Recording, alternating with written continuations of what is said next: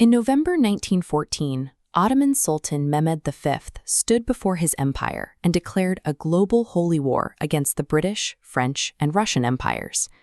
This map shows the borders of the British, French, and Russian empires at the outbreak of World War I. Within these boundaries lived over half of the world's 270 million Muslims, rendering this declaration a severe internal threat to the Allied powers. The Allies had to seriously calculate the risk that their colonial subjects in French North Africa or British India might ignore local laws and answer a call to arms from a Turkish monarch sitting hundreds of miles away in Istanbul. To understand why a Turkish sultan held that kind of sway, we have to look back. After the Mongols sacked Baghdad in 1258, the caliphate, the supreme leadership of the Islamic world, went dormant, and the early Ottomans were a small frontier state fighting on the edges of Christian Europe. The Ottomans did not organically inherit the leadership of the Muslim world.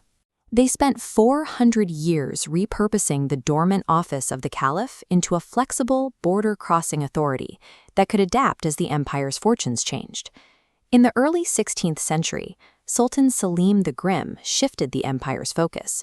Instead of pushing further into Europe, he pivoted east to confront the rising Shia Safavid Empire in Persia.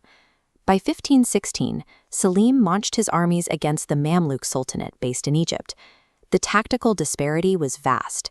The Mamluks relied on 15,000 elite cavalrymen armed with bows and arrows, while the Ottomans deployed modernized infantry with muskets and mobile field artillery, resulting in a decisive Ottoman victory.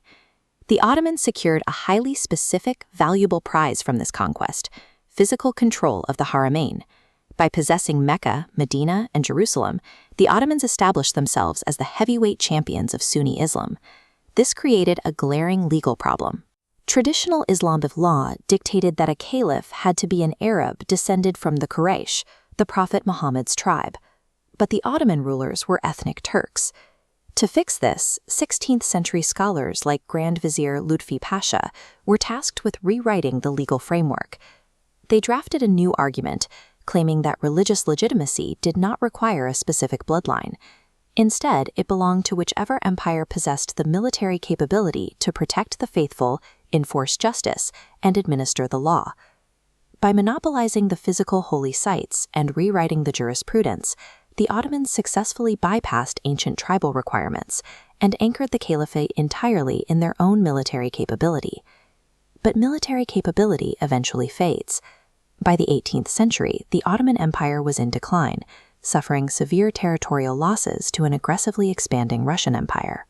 Forced to the negotiating table, the Ottomans executed a brilliant diplomatic maneuver in the 1774 Treaty of Küçük-Kaynarca. If we look at this map of the treaty's terms, the Ottomans were forced to cede physical land in the Crimea.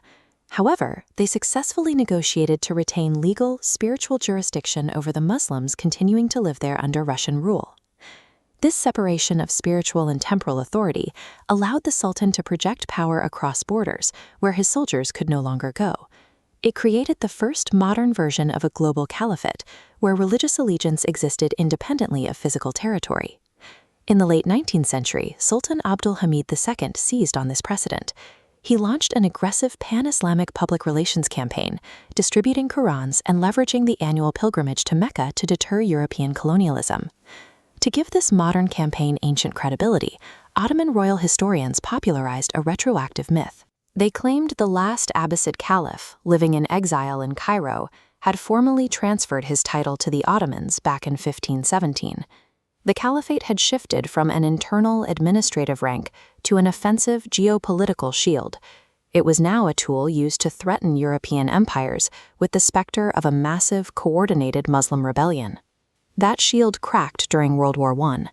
The 1914 Declaration of Global Jihad failed to produce a unified military front. Instead, Arab populations allied with the West, revolting against Ottoman rule and sabotaging imperial infrastructure. Following the Ottoman defeat, the British and French quickly dismembered the empire, dividing the Arab provinces into colonial mandates. Out of the Anatolian ruins, a military commander named Mustafa Kemal Ataturk drove out the occupying Allied forces, forging a new secular Republic of Turkey. As part of his secularization drive, on March 3, 1924, Ataturk officially abolished the Ottoman Caliphate. The abolition revealed that the Ottoman branding campaign had worked. The erasure of the title triggered immediate shockwaves throughout the global Muslim community. Massive protests erupted internationally. In British India, the Caliphate movement mobilized thousands of people in a mass political effort demanding the Caliphate's preservation. For 4 centuries, the Ottoman Empire supplied the political and military architecture that religious authority needed to survive in a modernizing world. When Ataturk demolished that architecture in 1924, it left a political vacuum in the Middle East that has not been filled in the century since.